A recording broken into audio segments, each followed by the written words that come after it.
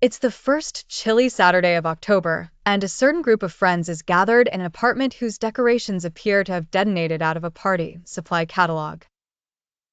Orange streamers loop from the ceiling, paper bats dangle off the curtain rod, and a bowl of mystery punch is already three-quarters empty.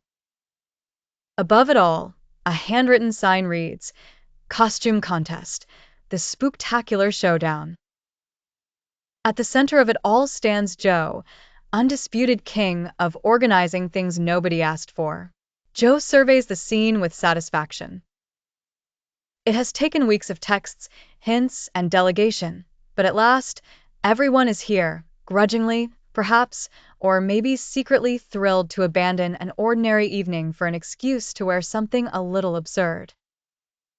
Maya arrives first, wrapped head to toe in green felt with a giant flower bobbing from her head. "Hello," she beams, spinning on one foot. "I am Flora the friendly pea pod. Why be only one vegetable when you can be the whole pod?"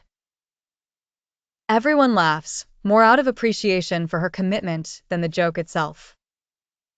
Next is Leo, who's squeezed into shiny leggings and a plastic helmet. "Do not adjust your television," he intones in the best robot voice he can muster, "for I am ZORB, the galactic disco machine from the planet Groove 9000. He spins a little, and a line of battery-powered LEDs flicker on his vest. There are os and ahs. Joe nods, jotting something in a notepad. There are, after all, prizes to be won. Then bursts in Priya, wearing what appears to be 15 scarves, 6 belts, and a stack of cardboard books glued together. Her name tag reads, "The Mysterious Traveler." She sweeps a bow. "I am a character from every fantasy novel you wish you'd written," she declares, and everyone is silent for a moment, then bursts out clapping and laughing. The party gathers steam as everyone arrives, each with greater or lesser enthusiasm for the contest.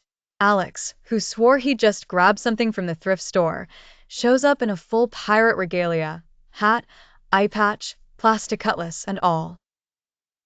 "They had a sale," he shrugs, but his posture says otherwise. He is already halfway into playing his part.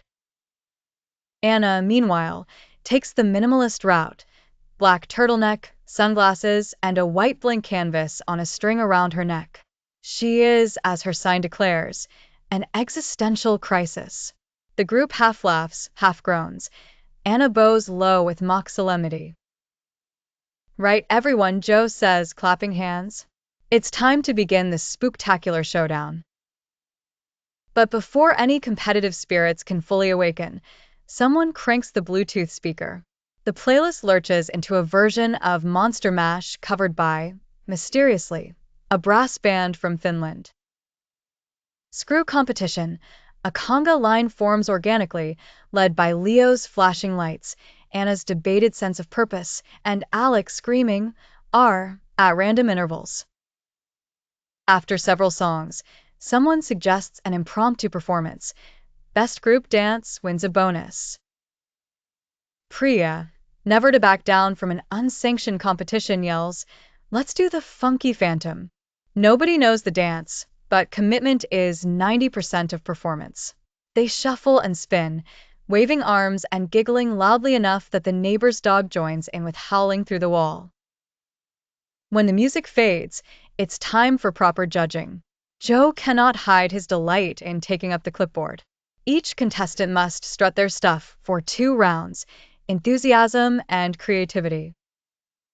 Maya presents her pea pod, rolling forward in a mock superhero stance, saving the world, one vegetable at a time. She mimes tossing peas at an imaginary villain. Everyone cheers. Leo does the robot, both the dance and his character, while narrating his journey from Groove 9000, which is a planet shaped like a disco ball. He makes 3 puns about alien funk, 2 land, 1 does not, but all get a round of applause.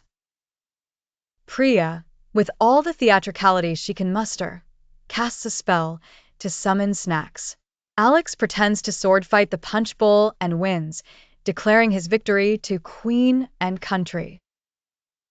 Anna simply sits cross-legged, sighs, and proclaims, Am I the costume, or am I being worn by the costume? It's existential, all right. Judging is close. Joe asks for audience voting. Only 5 people can vote, so it's as close to a tie as possible, but Maya's Peapod gets one extra cheer. Just as Joe is about to crown Maya the spectacular monarch, the lights suddenly flicker. Darkness engulfs the apartment. There is a beat of silence. Alex's pirate voice is suddenly a lot less funny. Did Halloween just get real? Asks Priya in the hush. But before anyone can panic, Leo's battery pack vest emits a faint glow, bathing everyone in soft blue light. Everyone laughs, tension broken, and someone shouts, "Guys, was that in the plan? Or did we just unleash an actual phantom?" In the darkness, Maya's Peapod comes to the rescue, guiding everyone's hands to battery lanterns Joe had strategically hidden, just for atmospheric emergencies. With light restored, enthusiasm tripled. Anna pretends to be the ghost, trailing streamers around. She intones, "Behold, the existential dread you cannot escape." The others laugh until they cry. There's no better moment to break into song. Priya cues up a playlist of Halloween hits and, as per party tradition, makes up verses as she goes along. Everyone joins in, singing about vegetables haunted by ghosts, a pirate who can't find a ship, a robot learning to dance, and a traveler with infinite scarves who loses her way in the living room.